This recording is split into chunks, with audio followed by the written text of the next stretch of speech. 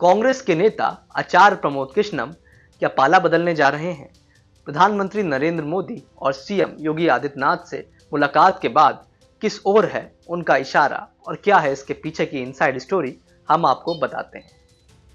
दरअसल कांग्रेस के वरिष्ठ नेता आचार्य प्रमोद कृष्णम पिछले कई दिनों से अपनी पार्टी में बहुत कंफर्टेबल फील नहीं कर रहे थे। सोशल मीडिया पर उनकी टिप्पणियों को पार्टी की ओर से निजी स्टैंड बता दिया जाता था।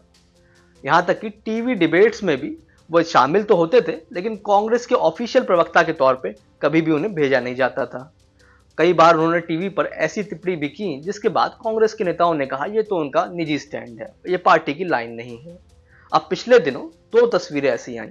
एक तो आचार्य प्रमोद की नरेंद्र मोदी यानी प्रधानमंत्री नरेंद्र मोदी से मुलाकात हुई और उन्होंने प्रधानमंत्री नरेंद्र मोदी को न्योता दिया बाकायदा अपने कार्यक्रम में आने का, जो उन्होंने स्वीकारा भी। इसके बाद मंगलवार को अब उनकी सीएम योगी आदित्यनाथ से मुलाकात हुई। उन्होंने उनको भी कल की दाम के अपने जो कार्यक्रम है उसमें आने का न्योता दिया। सीएम ने भी इस न्योता को स्वीकारा। लेकिन इसके बाद आचार्य प्रमोद ने मीडिया से बातचीत में कहा कि बीजेपी में कोई भी शामिल हो सकता है, चुनाव कोई भी लड़ सकता है। हालांकि उन्होंने ये नहीं कहा कि वो होने जा रहे हैं, लेकिन उसके मायने यही निकाले जा रहे हैं कि वे अपना पाला बदल सकते हैं। कांग्रेस से जुड़े सूत्र तो बताते हैं कि उन्होंने अपना मन बना लिया है और हो सकता है कि वो आने वाले दिनों में अपना पाला बदल लें। हालांकि सूत्र तो ये भी दावा करते हैं कि बीजेपी उन्हें संभल से टिकट भी ऑफर कर सकती है। संभल से क्यों? 2014 में संभल से वो चुनाव लड़ भी चुके हैं। हालांकि वो चुनाव में वो हार गए थे, उनको वोट भी वहां पर अच्छे नहीं मिले थे, लेकिन 2019 में लोकसभा चुनाव में उनको वोट ठीक ठाक मिल गए थे। 2019 का चुनाव उन्होंने लखनऊ सीट पर लड़ा था कांग्रेस के सिंबल पर, जहां पर उन्होंने ठीक ठाक वोट पाए थे। लेकिन इसके बाद क्योंकि जब प्रियंका गांधी यूपी में एक्टिव हुई तो प्रमोद कृष्णम को सलाहकार मंडली में भी रखा गया। प्रियंका गांधी की 15-20 नेताओं की जो एक टीम थी उसमें प्रमोद कृष्णम भी थे और कहा जाता था कि प्रियंका गांधी उनकी सुनती भी हैं। लेकिन अब प्रियंका गांधी यूपी के प्रभारी भी नहीं रही, वहीं टीम प्रियंका से भी उनके संबंध अब उस तरह से नहीं रहे और लगातार उनको पार्टी की एक्टिविटीज में या पार्टी के बड़े मंचों पर उनको नहीं देखा गया। पिछले 4-5 महीने से वे पार्टी में ज़्यादा कंफर्टेबल फील नहीं कर रहे थे। अब उनके बयानों को उनका निजी स्टैंड बता दिया जा रहा था। वहीं दूसरी ओर बीजेपी में उनकी प्रधानमंत्री नरेंद्र मोदी से मुलाकात हो गई और सीएम योगी से भी मुलाकात हो गई। आचार्य प्रमोद से जुड़े सूत्र बताते हैं कि आचार्य जी का ऐसा दावा है कि कांग्रेस में तो हाईकमान से मुलाकात करने में महीनों लग जाते थे। एक बार फोन करो, फिर उसके बाद कभी रिप्लाई आता था, काफी टाइम लग जाता था। वहीं बीजेपी में जब उन्होंने अप्रोच किया अपने कार्यक्रम का न्योता देने के लिए, तो प्रधानमंत्री के यहाँ से कुछ दिनों के अंदर ही फोन आ गया और वो न्योता देने पहुंच गए।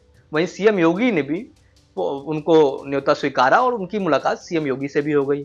तो उन्होंने इस बात को किसी कांग्रेस के नेता से कहा कि देखिए कितना फर्क है बीजेपी और कांग्रेस के तरीकों में या काम करने के तरीके में।